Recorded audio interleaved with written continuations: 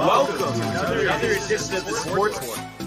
And we are back. We got the full crew in the house. That is what it's all about. The Yankees, out of any team in the league, are the best equipped to handle a blow like this. I think there is a higher power at play here. He's due law of averages. That dude is the ultimate scrub. It's trash. Yeah. Every person you have in there is fucking trash. Next game, you're going to see a big performance. You can see it in the end of the game, and I'm just totally stoked and excited for this. And we are back. Welcome to another edition of the Sports Port, and once again, it is the Barnes and Tony show. Anthony, how are you, my friends? I'm doing pretty well today, dude. You know, excited about the Rangers win. Warm day, very, very odd for me here. I'm not sure what to think. I think we should be wearing shorts, Brian. Yeah, shorts and a tee right now. Maybe Honestly, a little pina colada or no? I would love a pina colada. Maybe a little daiquiri afterwards, dude. Maybe toss a football on the beach. Now more of a Miami Vice or a pina colada guy? Honestly, if I had to say, I pina colada, I guess. Really, it's really like how do you do better than a pina colada? Well, I mean, come on, dude. But I'm saying for a frozen drink, frozen beach drink, yeah, dude. But I know the sugar, this. Have a beer, okay, dude. So the sugar, it gets you. You can't do too many of those. I couldn't again, afternoon, a couple on the beach or at the the beach bar. Yeah, dude. But that's really about it, dude. Long Island iced tea, maybe. Mudslide, definitely. Love mudslides. And the thing is, I feel like the Long Island iced tea I used to be big on, but I don't know. I just feel like it's just too much now for me. Oh, really, dude? Yeah, and you are right. Like the beer, I think the beer is the easiest, the following day. Selfish. Especially I don't know, I feel like on the beach, dude, a nice land shark though, Yeah. No, I mean, I definitely could see that for sure. But I still think though, probably we have ferocious the best drink award to the espresso martini, because how do you really beat that? Especially middle of the night, even tail end of the night, looking for that second wind. Oh yeah, that's good, right? Or no? I mean, when you're love looking that, for that, dude. Yeah, the little espresso, the caffeine. Not to mention, it's just fucking delicious, dude.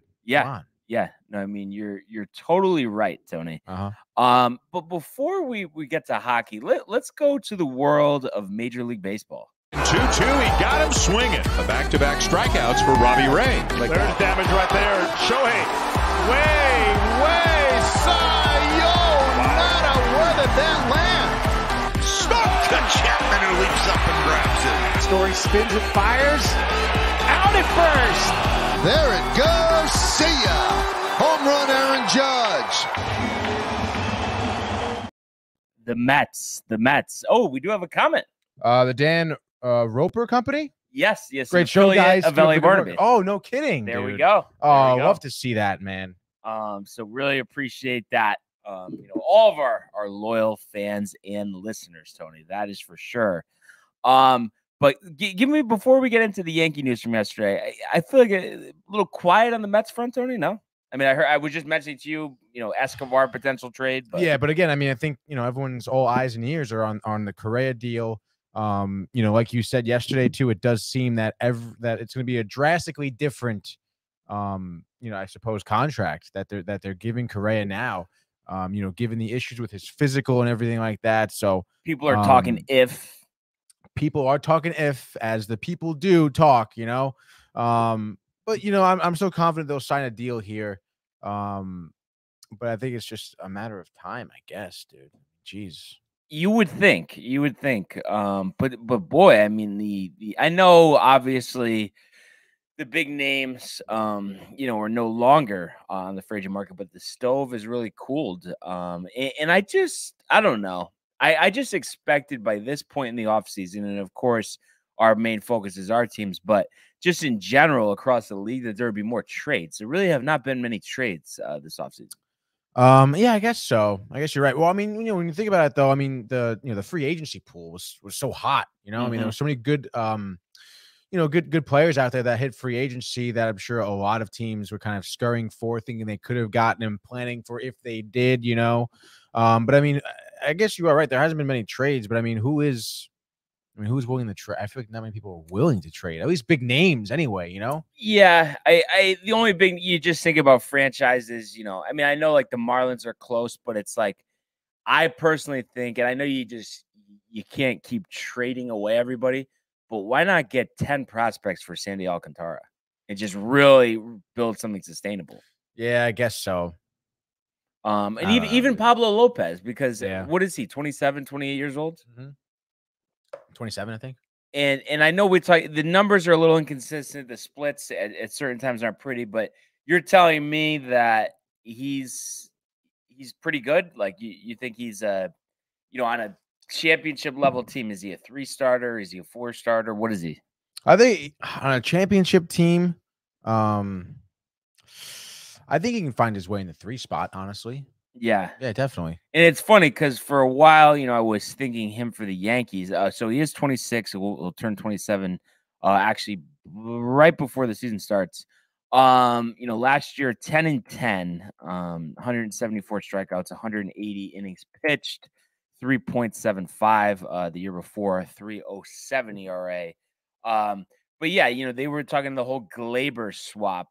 And obviously the Yankees could get creative in terms of doing something with Montas. But I mean, would that make sense to you? Like to end up turning around, flipping Montas, and then bring in Lopez for Glaber and another prospect, or you think they're better off standing pat?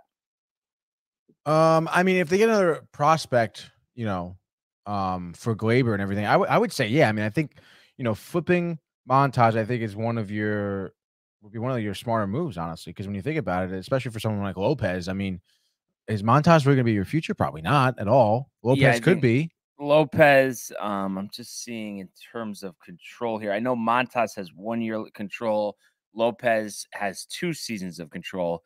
And the thing is, they would have to be separate deals because I doubt, the Marlins would be interested in Montas, being that he's older than Lopez. Right. But I mean, around the league, teams are always looking to upgrade starting pitching.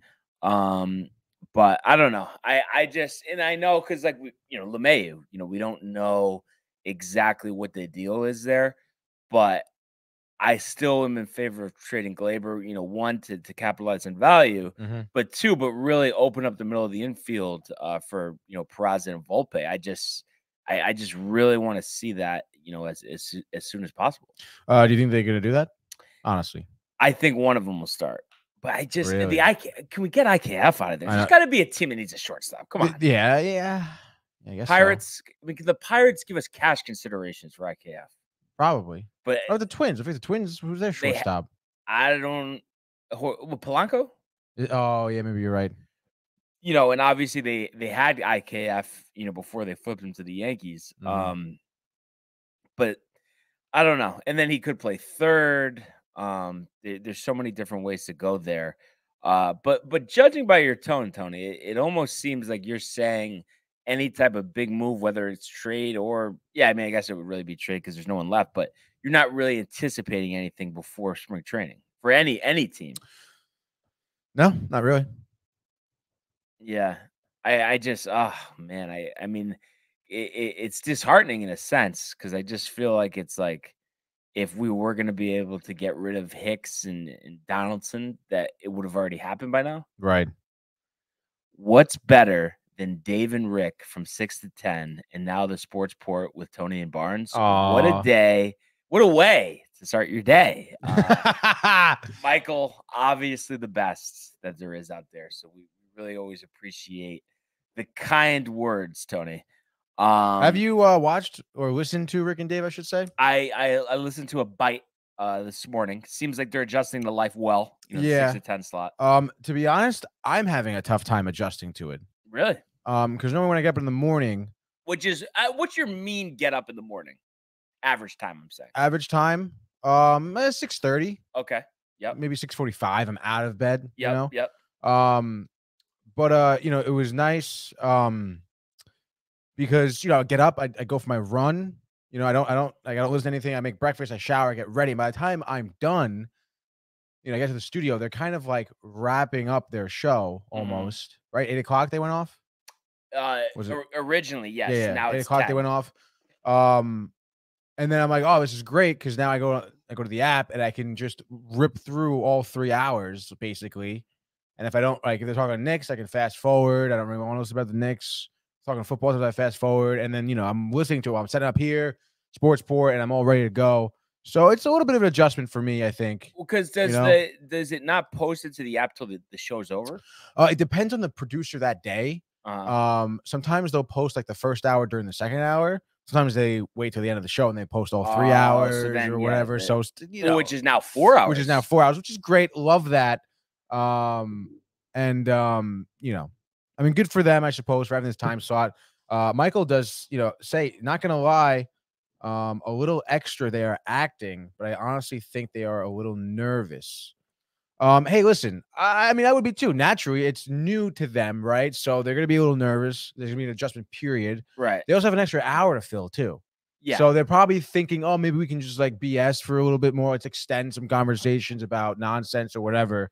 And then we can kind of, take it from there, I guess. But give them like a week or two, I would say. And it is nice that they're going toe-to-toe with Boomer and Gio, just because I can toggle back and forth when there's commercials, as well as I'm sure you can picture this with me. As soon as either one of them starts going on a tangent about something, I just automatically flip to the other one, just because, I got my half-hour ride, to the office. And it's like I'm trying to listen to sports, like Dave with his son's schedule. I don't know. You know what I mean? It doesn't, I know. Or I don't know if you heard this morning, but he's talking about how Rick could get them box seats at the Islanders and that they absolutely can't go because he doesn't want him to turn into an Islanders fan, even though he has nothing against the Islanders. Oh, it's like, that's a chief move. Yeah. And it's like, do you think he's serious? Number one? No. But then number two, and I'm not trying to listen, I like them. They're good, but is that really that funny? It's not that funny. I mean, Dave, I suppose, makes it a little funny. Michael wants to know if you think they can handle the 4 hours. Oh, he thinks we can handle 4 hours. Oh, you think you guys can handle 4 hours? Well, Michael, I mean, this. We could talk baseball for 4 hours, and then we'd still have stuff to talk about. And plus, if we had a 4-hour show, I mean, we'd be coming up with some site. We'd do a Stump Barnes for sure for a little bit, dude. Yeah. Michael can call in, do some NBA, dude. Yeah, some NBA, Tony, some NBA. But NBA. And we didn't get to this yet. The whole reason I wanted to go to baseball here to start. The big news for the Yankees yesterday, Brian Sabean, the former general manager of the San Francisco Giants, hired as an advisor to Brian Cashman. And ironically enough, his career started in 1985 with the New York Yankees. And for a short time was actually above Brian Cashman in the pecking order. So after stepping away from the everyday duties as general manager for the Giants in 2014, after their third title in 5 years, he had been working in a limited capacity as a scout. Nevertheless, highly respected around the game, a lot of experience, 66 years old. But I just don't think, Tony, that anybody could look at this than any other way than positive. I mean, dude, come on. You really can't at all. I mean, this guy, like I was saying, he knows how to win. He was in charge of handling, a lot of the players that San Francisco Giants had brought in for winning the World Series. What was it? 2012, 10, 12, 2014, and 14, right? Yeah. Every other year. I mean, that's like so ridiculously impressive. You're talking about, Madison Bumgarner in his prime, Buster Posey in his prime for the Giants, Logan Webb, handling those people, those players, those egos, being able to cite that out, I think is a really strong intuitiveness that the Yankees need. Not to mention, like you're bringing in a winner. This is a guy who knows what it takes to get there, has been there before several times, which is great. And then I kind of we mentioned, I asked you what happened between him and the Giants. Why did he leave? And he was, I guess a scout for them for a little bit too. But honestly, I like that, dude. I mean, right. The guy was kind of, close, keeping his ear to the ground sort of deal. I think there's a lot of advantages to having him with the organization. And he was actually hands-on in the process to draft Derek Jeter. On the conference call, I guess he had said initially, or no, it wasn't even a conference call, it was an interview. but it's like at that time, and even now, so they're more infatuated with drafting college players, and Jeter, coming out of high school in Michigan, that wouldn't normally be on their radar, but they said they just liked what they saw and they just instantly thought he was a winner. He was. And then so you couple that with the fact that Brian Cashman himself said that he had as big of a hands as anybody in the Yankees' success at that time, or even the most. He was talking years ago. He was talking about this. So I think it's a home run move, and it was kind of interesting. And I don't think I actually mentioned this to you. I was talking to Matt about this, but on Michael K yesterday, he was getting a little annoyed with callers, and very much so dismissing the idea that if things don't go right, or if Sabian seems to really be pushing the right buttons, that could push Brian Cashman out the door. And he was just talking about how nonsense it is, that Cashman is the most highly regarded guy working for the Yankees to Hal Steinbrenner, and that he made the decision to bring him in, and that it wasn't like something that was suggested by Hal, and that he just signed that 4-year deal. But it's just like, I mean, at this day and age, we can't rule anything out. And he's saying like, oh, if Sabian suggested a trade Cashman didn't want to do, and then it got back to Hal, that the trade would have worked, and he's saying that wouldn't even happen because Cashman's the one talking directly to Hal. But I don't think you could ever rule anything out. And I just love the thought of a fresh mind. I think it's been quite some time. Yeah. With anybody with any type of pull in the Yankee organization has brought that perspective. It's been guys that have been in place forever. So Michael K was saying that Cashman's job isn't in jeopardy. No, they said it was he's his an call. idiot. Right. Yeah. Michael K is stupid. So, I mean, that's ridiculous. Cause if, a lot of Brian's in the organization here, but yeah. I mean, if Cashman is fumbling, I mean, isn't that why like he'd be out, he'd be replaced easily. Yeah. And I think even so, and he's talking, he probably will live in San Francisco, talk on conference calls. He won't be in New York. Yeah. But it's like, the whole thing that he's like kind of dismissing, not even the taking over part, but just the fact of still it's a big impact on decisions that are made. It gives you that idea, which I think is just so big. And I mean, regardless of you said Cashman wanted to bring in Sabian, right? Mm-hmm.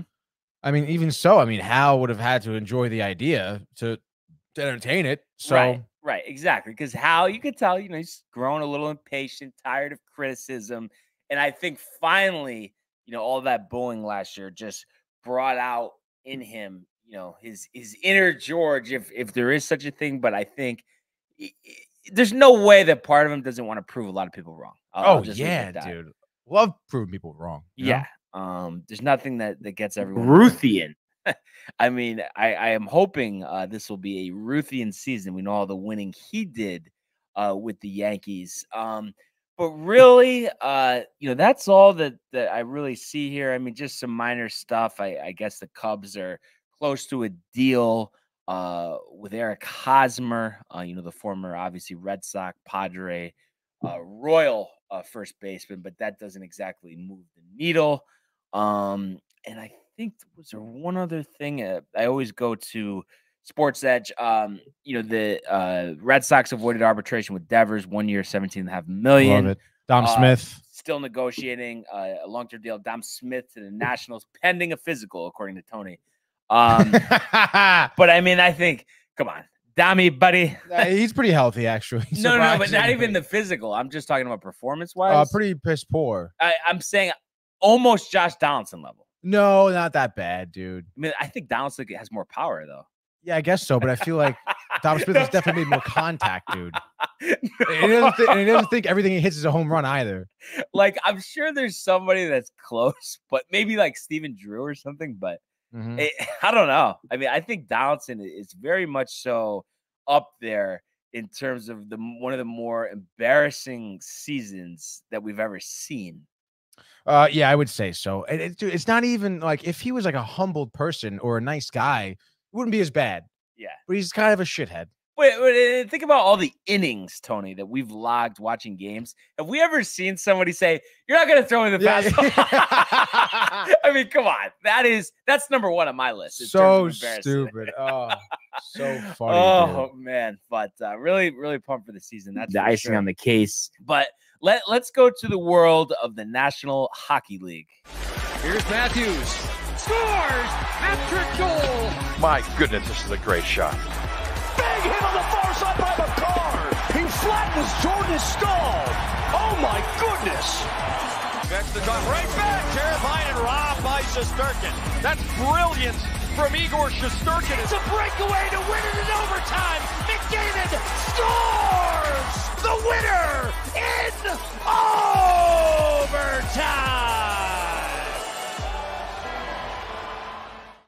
All right. Let's go, baby. Big night last night for New York Rangers and fans. Big game here at the Garden against the Carolina Hurricanes, who, I realized yesterday on an 11-game winning streak, and I think they're 14-0-4 or something going into tonight's game when leading by a goal or being down by a goal this season. So obviously Carolina, these tight games, not even to mention the 11-game winning streak they're on, but tight, close games they haven't had a regulation loss in. And last night, dude, in a tight, close game, the Rangers beat the Hurricanes 5-3.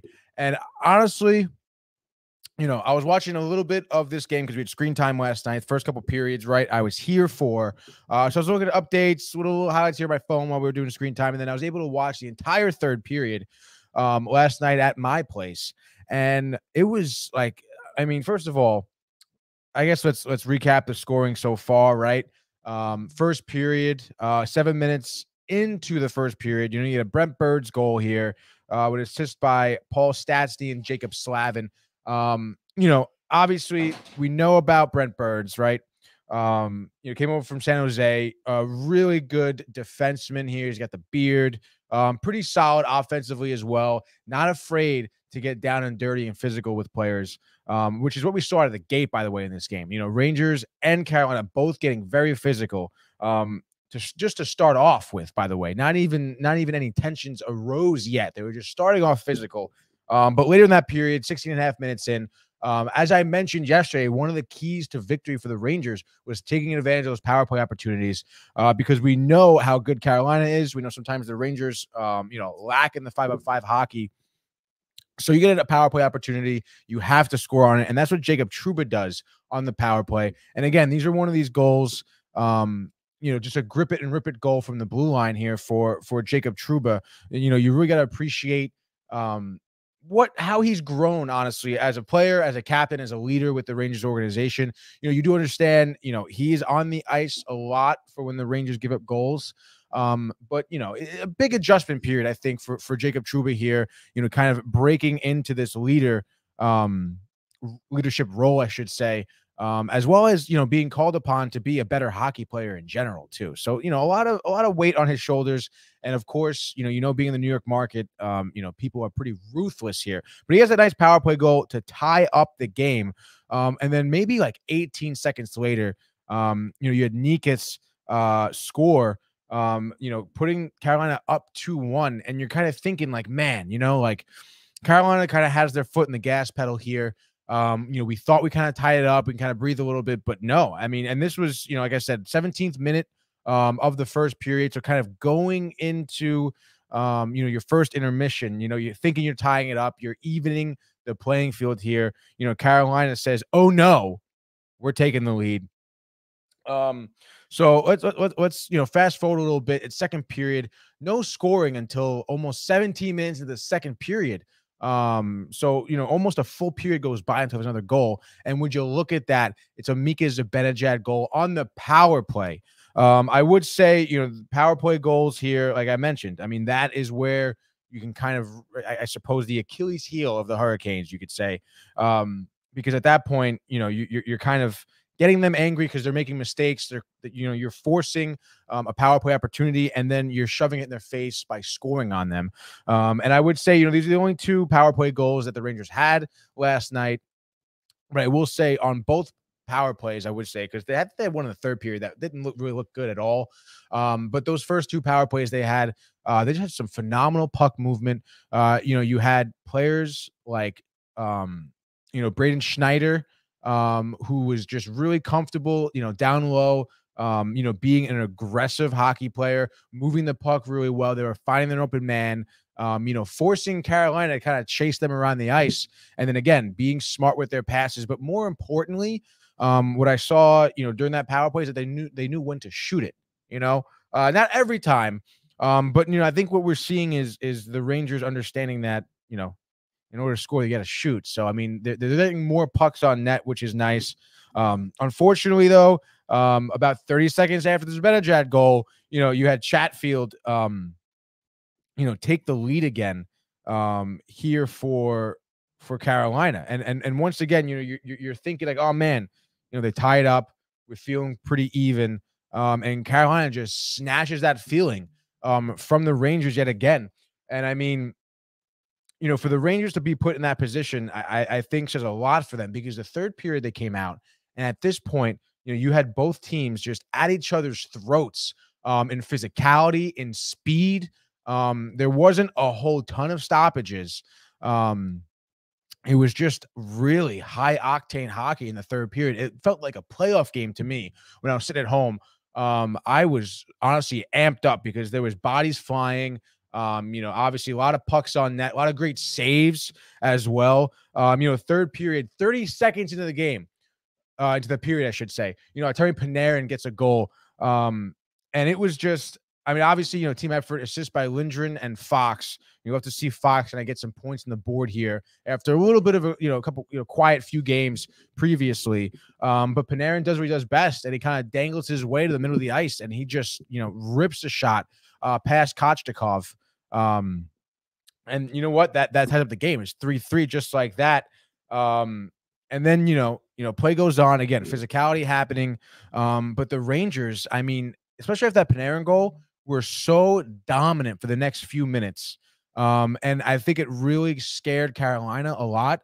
A lot of them were getting angry. We had a couple power play opportunities too, where, Carolina was looking very, very emotional and pissed off. Like I said, we saw quite a few good hits, by Jacob Trouba, by Keandre Miller. And speaking of Keandre Miller, he had the next goal about, 10 and a half minutes into the third period. A really great play by a young defenseman. He actually found himself down low in their offensive zone, in the Hurricanes zone, just playing a puck off the boards, whatever. And, a team, like the Rangers, who are getting good chemistry, you end up seeing Mika Zibanejad up at the blue line to kind of cover for Miller. I think he ends up getting the puck. Miller sees that, the blue line is covered, so he goes down low in front of the net, and he's able to get a pass and rip one past Kochetkov, scoring and giving the Rangers the lead. I mentioned Keandre Miller before, and, he's been a great defenseman. He's got tremendous speed, good eyesight.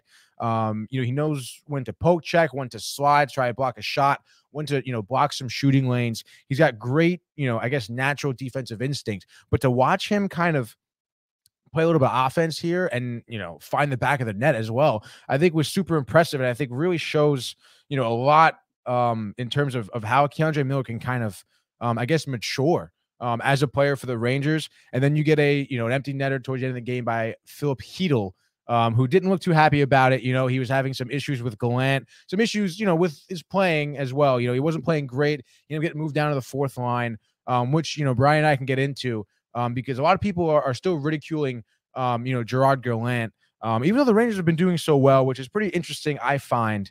But nonetheless, you get a 5-3 victory. Just to go over some team stats here. The Rangers had 31 shots on goal, to the Hurricanes 23. And again, this was, a game where the first two periods, were the Hurricanes. They didn't lead. They never trailed until the third period. Hits were hot, 17 of 14 in favor of the Rangers.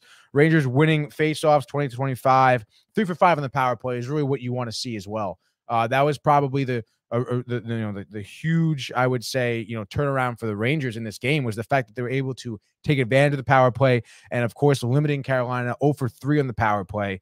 And then the chances were just flying high for both teams is I actually just got a notification that the Rangers extended Jimmy Vesey's contract 2 years with $800,000 cap hit here. You actually love to see that too, because Jimmy Vesey's been playing really well for the Rangers. And, I mentioned it before, he used to be on the Rangers. He was drafted by the Rangers out of Harvard. Ended up going to play for the Devils, I think, and another team, I forget who, but to find him back in the Rangers and doing well, obviously, moving a couple of teams, he found his own in terms of being a hockey player in the NHL. So you have to see that as great news for the Rangers too. So Brian, what did you think of the 5-3 victory last night?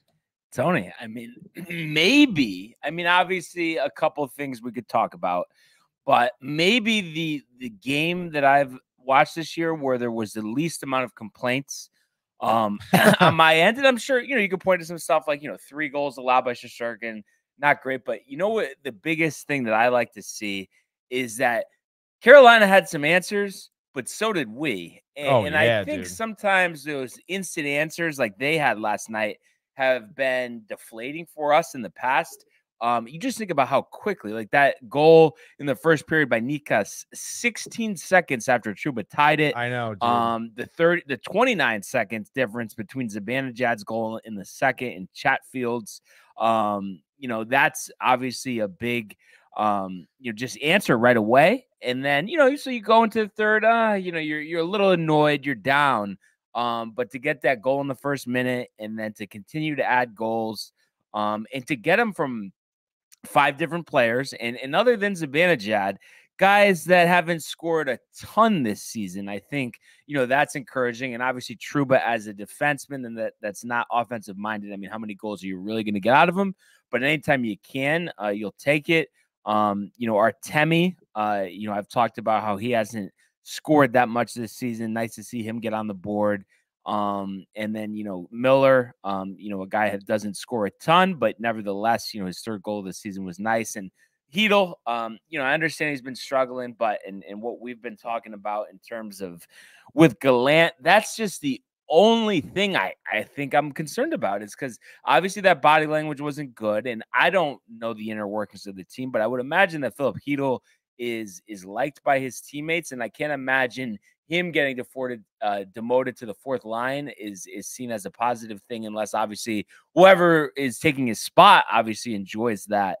But that would be the only thing to me, is despite this success, once again, I kind of have to ask the question based on the Hedl body language. Like that wasn't just a little face. That was like he looked like he was ready to kill you type of stare.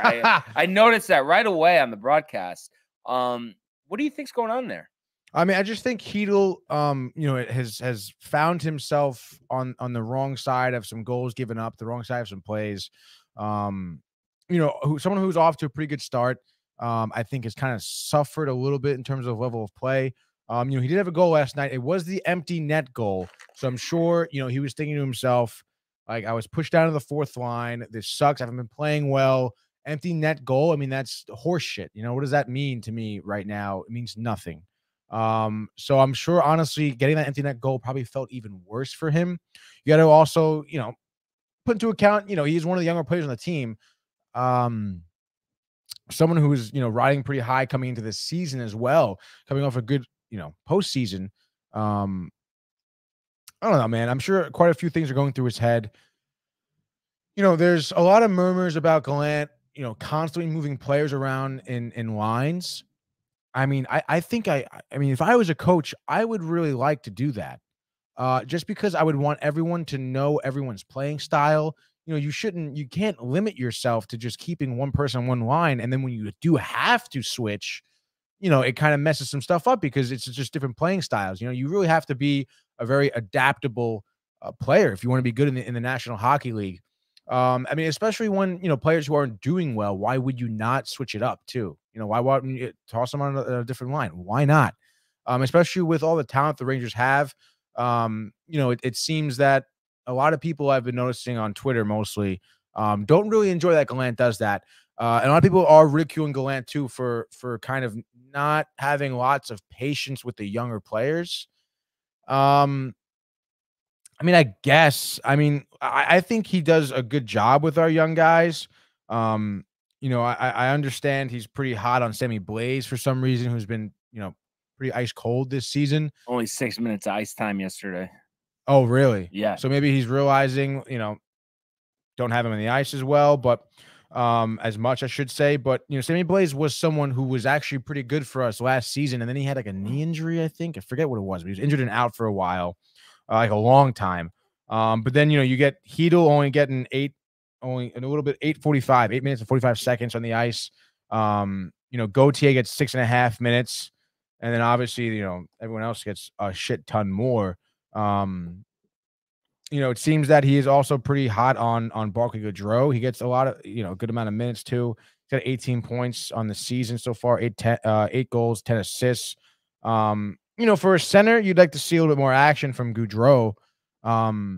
Maybe Hedel thinks, oh, like I should be in Goudreau's spot. I should be getting his minutes, or something like that, But I don't know, dude. I mean, I think it's kind of tough. Again, I think it's, a constantly, working plan here for the Rangers, the players, for Gallant. I'm sure Hedo's going to get some more time. He's a good hockey player. He's to bounce back a little bit. I think it'll be fun. But also, I mean, you would know better than me, and just because of your vast experience, following hockey. I mean, is it that common to, have some, frustration, discord between the players and the head coach, just given the intensity of the game and just how, immediate everything is. And, just like the NFL with offensive linemen, there's no time to give up sacks. There's no time for mistakes. There's no time for penalties. Is this stuff common, or do you think that it could be more than that? And, there's definitely just some tension there. I don't know. I'd be really interested to see if maybe there is more than that. I don't know. I mean, it's tough. Maybe Hedel thinks that, I don't know how opinionated of a player he is. He seems like a young, like, quiet kid. But maybe he thinks that, him, Lafreniere, and Kakko should still be on a line together, and they should be getting lots of time together. But they were in the beginning of the season, and they weren't doing so well. Kakko now is just getting better, honestly. He's scoring more. He's been getting a lot of scoring chances for the team as well. I mean, he's been doing a great job, on the lines they've been putting him in.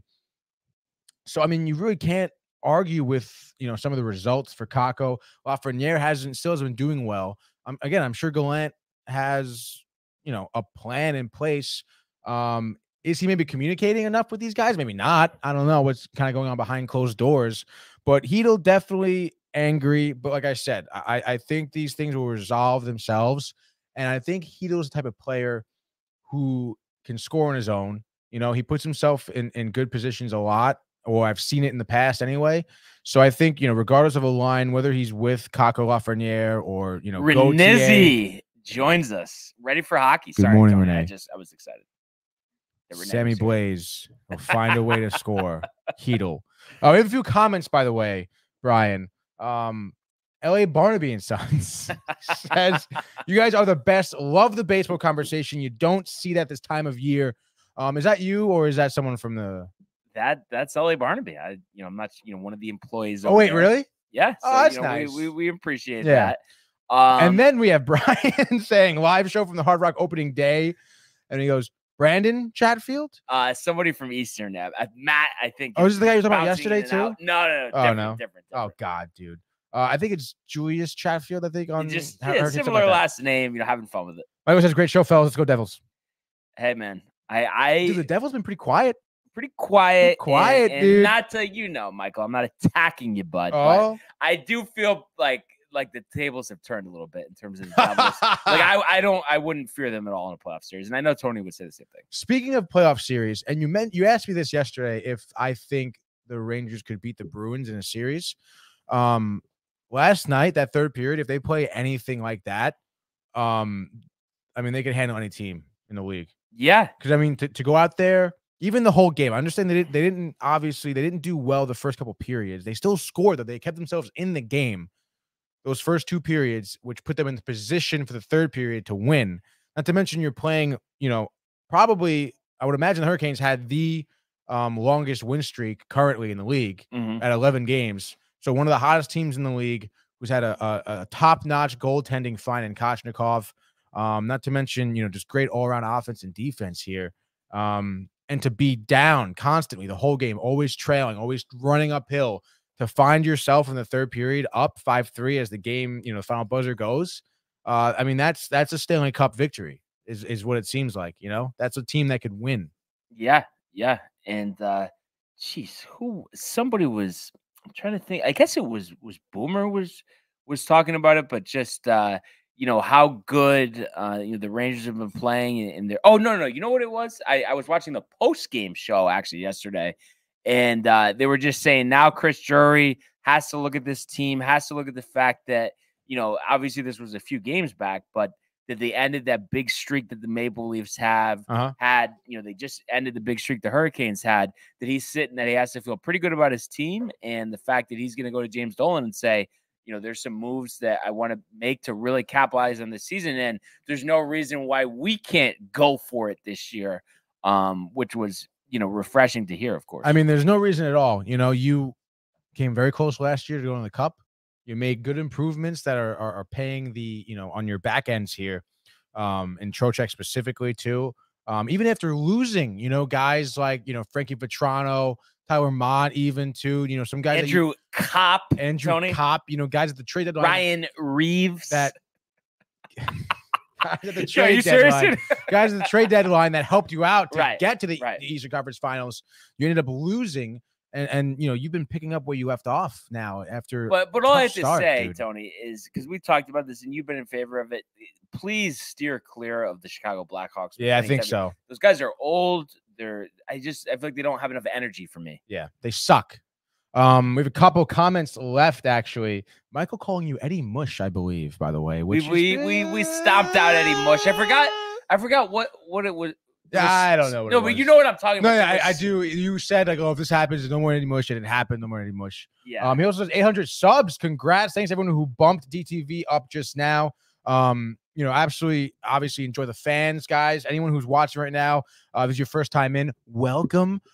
Please feel free to engage with us, in conversation, Rangers, hockey talk, or not. We'll get to your comments. As well as, subscribe to our YouTube. It helps out a bunch. We are on the road to 1K, just hitting 800, which is a pretty big milestone if you ask me, Brian. Absolutely. We love seeing the growth, and the fans, like Tony said way back when, are definitely our bloodline, and we love the interaction though. That's big. And we really encourage everybody, if you don't mind, we'd love to hear from you, whether you're commenting or calling in. We just love to get a different perspective. That's for sure. But it is nice that, we sit here and we just feel, I would say, Tony, and tell me I'm wrong, the best that we felt about the Rangers all season after this win. I really couldn't agree more, honestly.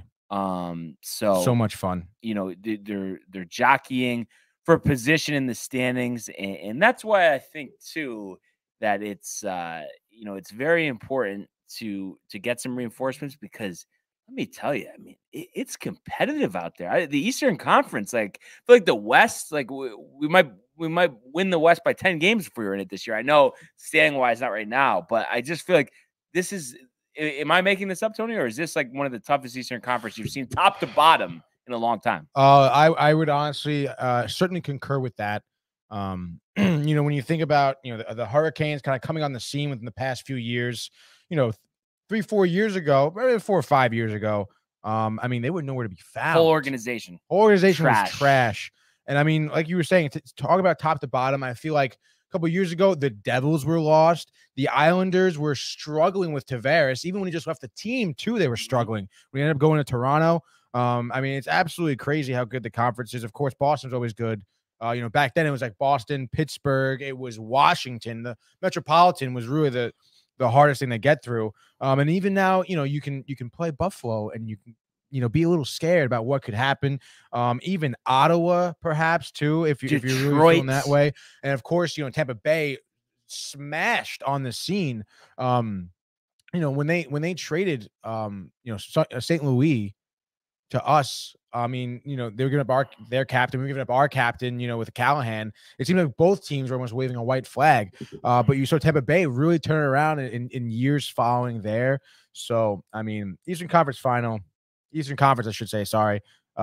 Certainly, developing some really tough teams in the past few years. And now, I mean, Eastern Conference, the Western Conference, who?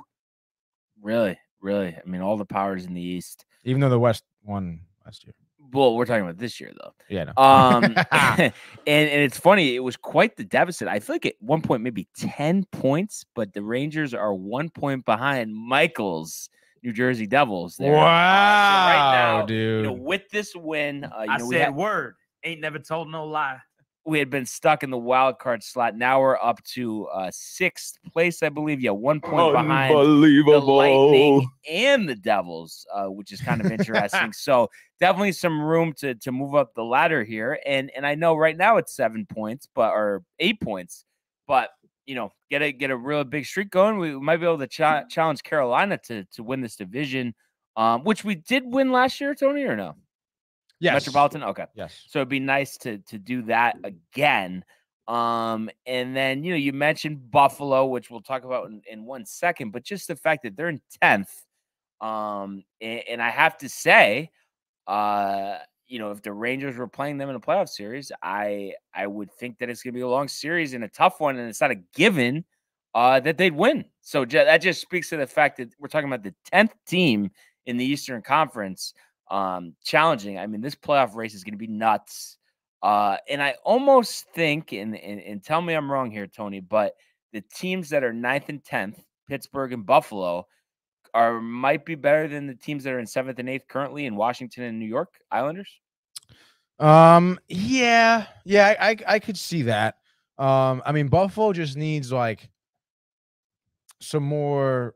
I mean, when you think about, who needs acquisitions trade deadline wise, Buffalo certainly lands on there if they want to kind of cash in on this Tage Thompson stuff. They may need another, couple guys who can Tender score. Or no? Is Comrie that good? He's all right. Craig Anderson's been really good this year, though. Craig Anderson, aging, I know, but this year though, again, cash in. If he's having a great year, now would be time to act, and then maybe next year you can move him for something. Right. But again, like if you want now to win, a couple goal scorers with that team would certainly help Tage Thompson and the Buffalo Sabres. So I'm really I could see Buffalo moving up past New York, past Pittsburgh. So but time will tell. Yeah, absolutely. So that's going to be fascinating to see who falls where, what moves are made. But and we were mentioning and by the way too, Rangers back in action in Canada tomorrow in Montreal against the Canadiens. So that should be an interesting one going against former Ranger Marty St. Louis. But I just did want to give a shout out. What a game again. Tage Thompson, is this his second hat trick, or he might have third hat trick? Is it 30 goals now? 30 goals, third hat trick. I mean, unbelievable what he's done. And I really think he's energizing / revitalizing this Buffalo fan base here. Buffalo on the precipice of really getting into this playoff race.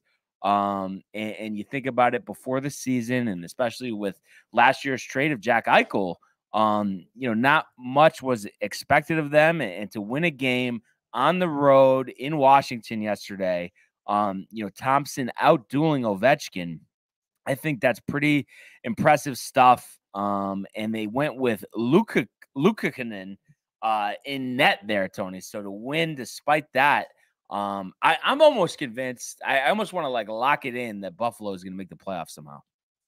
Do it. Yeah, I bet there's a bet you can put down. Oh, you can. But I'm just saying, not even about a bet, but just looking at it. I mean, I have a hard time. I mean, they're hot. They really are, dude.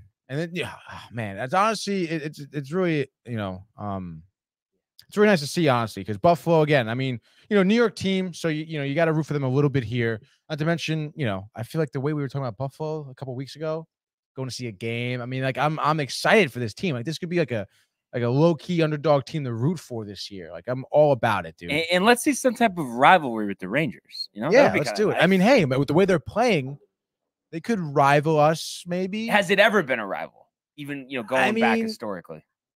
I would say, I guess a rival, certainly New York teams, definitely. But I mean, has it been like competitive? Has it ever been like, oh, like they won the last one, we won this one, now it's the third one, like, oh, who's gonna win? Not really. Boy, I'm looking at this. I was trying to see. Okay, so I don't think we play them until I don't think we don't play them until March. Did we already play them? We should go to the game, dude. I think we did once. I could be wildly wrong, but who am I? I'm looking. I don't think. Yeah, I don't think we played them. So I guess only 3 matchups and all later in the season. But that's gonna be exciting stuff. March 11th in Buffalo, and then in Buffalo March 31st, and then home second to last game of the season, April 10th. Wow. So that could be interesting. That could be a win and in situation for Buffalo. Yeah, it could be. Maybe a must watch game, dude. Yeah. You said one of those games were in Buffalo, right? 2. So it's going. I think it would be fun to go there and to root for the Rangers, honestly. It would be great, honestly. What did I know we were just talking about this. Was it 8 hours, 9 hours? I don't remember, dude. I think it was I thought it was like only 6.5 or 7. Okay. I'm thinking about a flight though, potentially. I know Will you Michael stop it, dude? Are you really gonna fly over there? I don't know. I mean, that's a long time in the car, and I don't want to be the guy that says, "Well, listen, I'm only going if I'm riding shotgun." I don't want to do that to you, Tony, because I know you like to stretch out your legs in the front, but maybe captain chair in the back will be all right. I'll probably be the one driving. Are you kidding me? You think Mike's gonna be driving? Well, I don't want to send him to the back. You may have. He loves sitting in the back, dude. Does he though? Yeah, he does. You put him back there. He's got like the whole thing. He's got his snacks and his laptop. He's like a little kid back there. All right. Fair enough, Tony. Fair enough. Michael says 8 hours. Michael says 8 hours, boys. You have to factor traffic always. And he goes, ha ha ha ha ha. I would imagine at the I don't mind. Yeah, but is this more you guys want to see me kind of squirming for 8 hours in the car? Yes, I do. Yes, I do, Brian. Well, so we'll have to set some ground rules, but I think you're riding shot. You be in charge of the music, play whatever you minimal want. Stops. And I think only sports talk. Honestly, the whole no. Whoa, already some conflict here. Live sports from the car. Live sports from the car. Dude. I think Gaetano's is a must. Oh yes, definitely load up for the car, and maybe we can look into like getting some type of like hotspot where we can do a live sports sport from the car. I mean, that would be funny, dude. Vlog it. Yeah, vlog it. And there is a small slate tonight that we'll get to in one sec. Just wanted to mention too, yesterday I was a little disappointed in the Coyotes. Every time I'm really feeling like they're on the precipice of a run. It's just not happening. It was just crazy. 5-3 in Sunrise last night. Spencer Knight, the Connecticut native, outdueling Vizmelka. Oh my goodness! And it's so hard for me to decipher, especially I was watching the Rangers game, so I didn't see this one live. But I mean, I guess 5 goals. Some of it has to fall on Vizmelka, or do you think it's like so much is required of him that it's just a tall task to ask unless he's going to get more help? Sorry. I think, you can certainly put a little blame on him for sure. But I mean, Arizona, I understand, it's again, love rooting for the underdog, a little bit of a Cinderella story. Vizmelka is a great goaltender. They have a couple good guys, but I mean, they really aren't, a sound team that I think can really consist. I would like to see what their highest win streak is this season. I mean, I don't think they can really consistently put together good games. And I mean, against a team like Florida, who has more talent, I mean, it's a tall order to ask for the entire team. I think the whole organization, in reality here, but we'll see. Again, I have high hopes for them for sure. And also, though, I mean, come on. I think this is a little bit of an oddball game here. The fact that not only did you get a hat trick out of Matthew Tkachuk, but Eric Stahl had 2 goals. You know what I mean? That's How many crazy, times is that going to happen? Old man. Was he on the Rangers? He was on the Rangers when his brother Mark was there too. Okay. A defenseman who was a Ranger from the start of his career, probably for 12 seasons or something. And it was cool to see the Stahl brothers together, but he was there for a cup of coffee, maybe 2 seasons, maybe. Yeah. But Jordan, far and away the best player out of all the Stahl brothers, or? Yeah. Yeah, I guess so. I mean, Mark is a great defenseman, but he is like a true defenseman. No offensive game. Yeah. And also I have to say I'm surprised Matthew Tkachuk, 20 goals this season. He's actually better than I thought. 42 last year for Calgary. He's kind of coming up big here a little bit.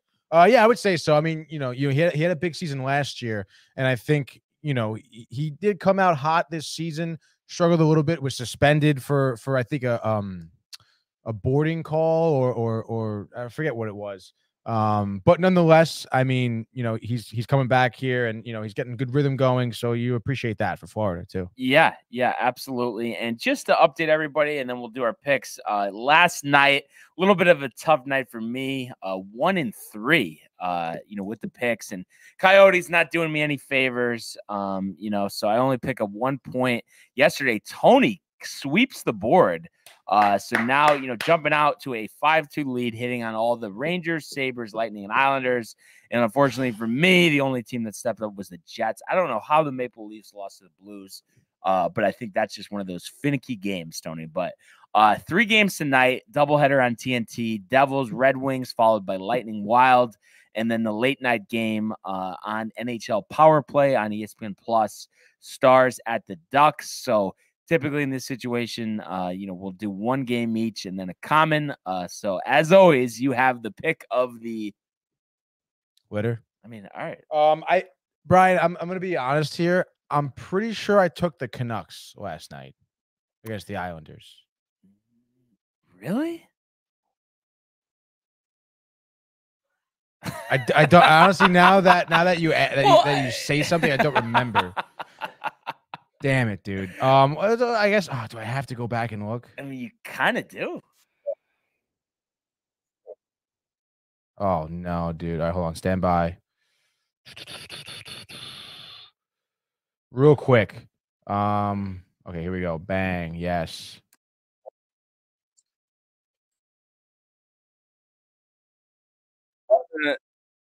Did we do hockey early? Yeah.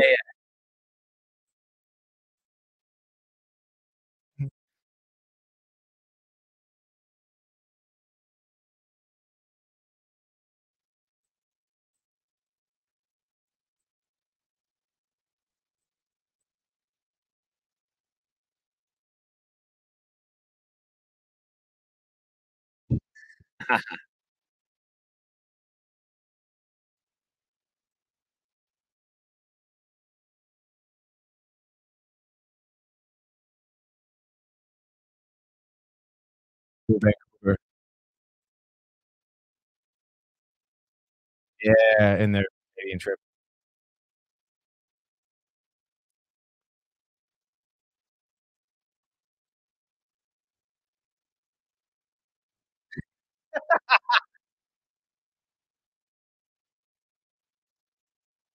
Oh.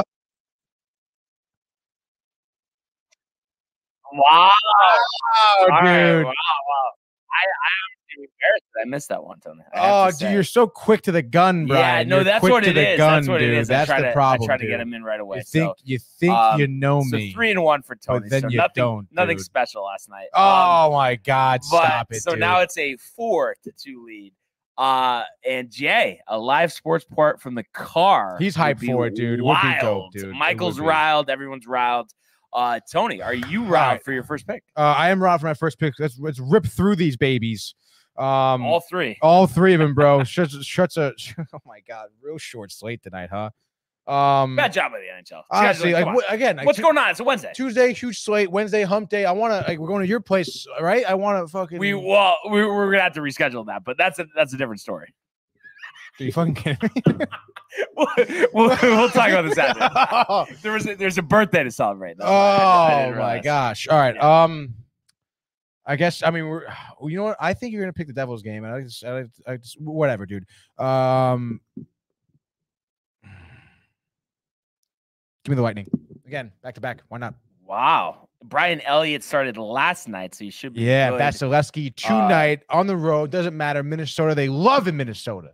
That's interesting. I think the Wild are actually going to win that one. Not to call you out, but I guess you're telling me the Devils Red Wings, but you know what? I'm gonna actually the Stars. Yeah, I'm gonna go with the Stars. And I hate the Stars, but the Ducks are even worse. So the Stars. I mean, listen, they're right up there in the standings. Can't argue it against the Ducks. I know Anaheim, whatever. It's a road game, but Dallas. I mean, give Robertson a hat trick. Gibson looking like mince meat in net. 5-1 Ducks. Let's do that. 5-1 Ducks. All right, let's do that, dude. Common game for Tony, so we get to see his true colors here. You got Lightning down, right? You didn't put Wild by mistake. Nope. You want to do heads up? Do you want to do like a? You know what we haven't done in a while? The old 3, 2, 1. Yeah. So it's the same. It's the same. Let me just look at this 1 second before we do that. Daily face-off? Yeah, actually do daily face right now. Right now. Go look it up. Who's so likely? Vanacek. Nothing is even here for him. What is it? Did they change the format, or is this? It does. This looks like a new dailyfaceoff.com. Wow. So this looks like a whole revamp here. New year, new daily faceoff. 3, 2, 1. You ready? Yep. 3, 2, 1. Red Wings. Let's go, baby! I knew you picked the Red Wings. Yes. You yes. fool. Yes. The funny part is too. I think if they weren't playing the Devils, you would take the Red Wings. Yep. It was unbelievable. Because you've been kind of obsessed with the Red Wings a little bit. Yeah, I do enjoy. I mean, Husso's been doing really well. Again, Dylan Larkin. I like to honestly, I gotta watch more games of them too. I just see highlights on Twitter and stuff like that. But we'll see, dude. We'll see. Hopefully we can see some more Red Wings games. You know what I was looking for, honestly, last night? A way to watch the fucking Sabres game. Yeah. ESPN Plus. I know. No, but we can get you a password. We'll get you. Oh yeah. Yeah. Oh yeah. Talk to people. No. I'll just give you my password. We don't need to talk to anybody, Tony. But boy, really, There we go. I have to say, this hour flew by. It really did, dude. And we've had some length lately. Obviously, I know. Not as long today as the other. I think what were we, hour 45 the other day, almost 2 hours. Yeah, but keeping it tight though. Although, dude, talk about 4 hours between baseball and hockey. I think we could hammer it. Oh yeah. We didn't go into much at all with baseball today. Literally. But we still loved it, nevertheless, Tony. Mm-hmm. But yeah, really appreciate everybody today. Tuning in. We had a lot of live watchers today, so we always appreciate that, and we encourage everyone to continue to like, comment, subscribe, as well as check out the archives on the YouTube page. Tony, Michael, and Renee in costume, as well as the merch at downtimetv.com. Just want to give Jay a shout out. Solid show, boys. Keep it tight. So we love the input from Jay. And England today, England tomorrow for Jay? He's leaving us on Thursday, flights on Friday. Gotcha. Well, enjoy your trip, Jay. I can't wait to plan that 24 reenactment. But I want everybody to enjoy the day, enjoy the games, and we will see you mañana. Hey guys, Tony here from Downtime TV checking in. I want to thank all our fans out there who's been liking, subscribing, sharing our content. You guys are the best. You guys are our bloodline. You make us love what we do. Thanks again.